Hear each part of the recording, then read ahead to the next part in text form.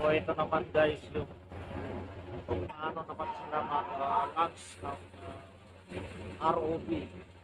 So ayan, prepare ng dalawa kasi yung nauna video natin kung paano sila mag-secure. So ngayon naman ito naman magla-launch naman silang dalawa. Ayan, tingnan natin kung paano yung gagawin nila. Mag-prepare nila. Ayan. Grabe, napaka-detalyado talaga yung ginagawa nila. Ang control kasi niyan ay ayan, kasi niyan. Cable, and then nandun yung pinaka control yan sa may container na yan. Ayan na. Simula na. Iangat nila. Yan.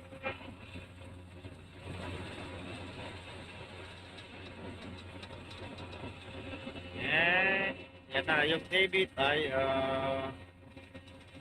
ilalabas naman. Ilalabas nila yung debit.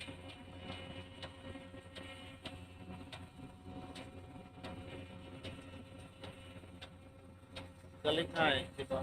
Yung wire niyan, yung kulay itim na yan ay may sensor yan, may wire din, hindi lang basta bakal yan. Konektado yan doon sa loob, nandiyan na yung mga sensor na para mapagalaw itong robot na ito. Ito naman yung sinasabi ko, yung yung pinakakamay niya. And then yung sa kabila, yung kamay niya rin. So, may object doon sa loob na pwede niyang hawakan, pwedeng gawin yan kasi may control sa may control dito sa barko yan.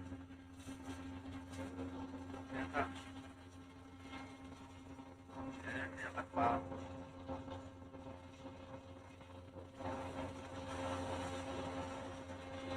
Yan. So, sumisenyas ito na unang ko siya ng video. So, ayan. Maganda, tag-helmet siya. Ayan.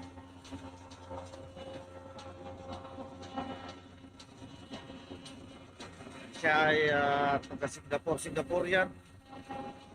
Yan naka-red. And then, yung isa, hindi ko alam, maaaring Malaysian or alam kung anong lahi niya. And ayan na nga.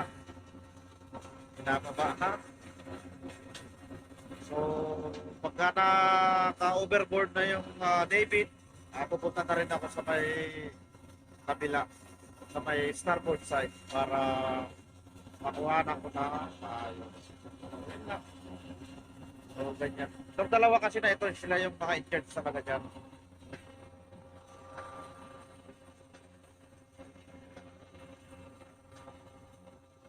Yan po ang trabaho na ROV.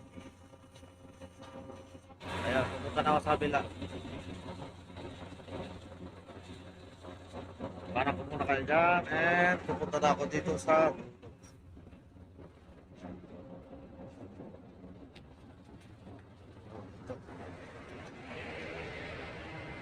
ayun dito para so, ayan na. Diba? Umiikot na siya. And ibababa na yan. Lulubog yan. Nasa 20 meters pa lang kasi ang lalim ng dagat dito. So medyo mababaw lang. Hindi siya ganong kalaliman. Dahil malapit lang tayo sa tabi. Ayan. Yan yung mainland, no? Yung maraming ilaw na yan. Yan yung mainland. So, itong dilaw na ito ay legs ng turbine or yung windmill na tinatawag natin. So, ito ay kuwan pa lang, ito legs pa lang, di pa wala pa yung kanyang turbine. So, ang mag-i-install naman dyan ay ibang barko, ibang company na naman. So, ayun, magkakaiba kami ng trabaho dito. May underwater survey, may installer, may cable laying. So, madaming trabaho sana magkaroon sa Pilipinas ng ganito para unang-una, magkakaroon tayo ng trabaho. Hindi na natin kailangan mag-abroad. So, nasa Pinas lang tayo.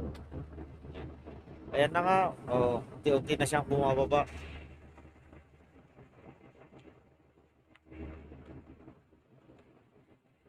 Lulubog na yan. Yan ay kuhan na unman, walang tao yan. So, may control yan para mapagalaw doon sa loob. Basta na yan, iilaw na, magkakaroon na ng ilaw. And ayan na siya. So, ayun, gumana na yung mga propeller niya. Huwag na siya. Galing, di ba? So, diyan ka na. Survey ka na dyan kung may makita ka. Ano dyan? Makita ka ng ginto. So, yun lang. At bababa na ako. Kasi nandito ako sa bahay. Yung second floor. Then, painting.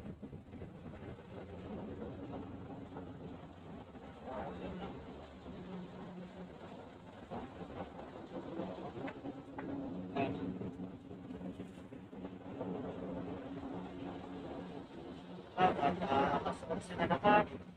Kaya na naman.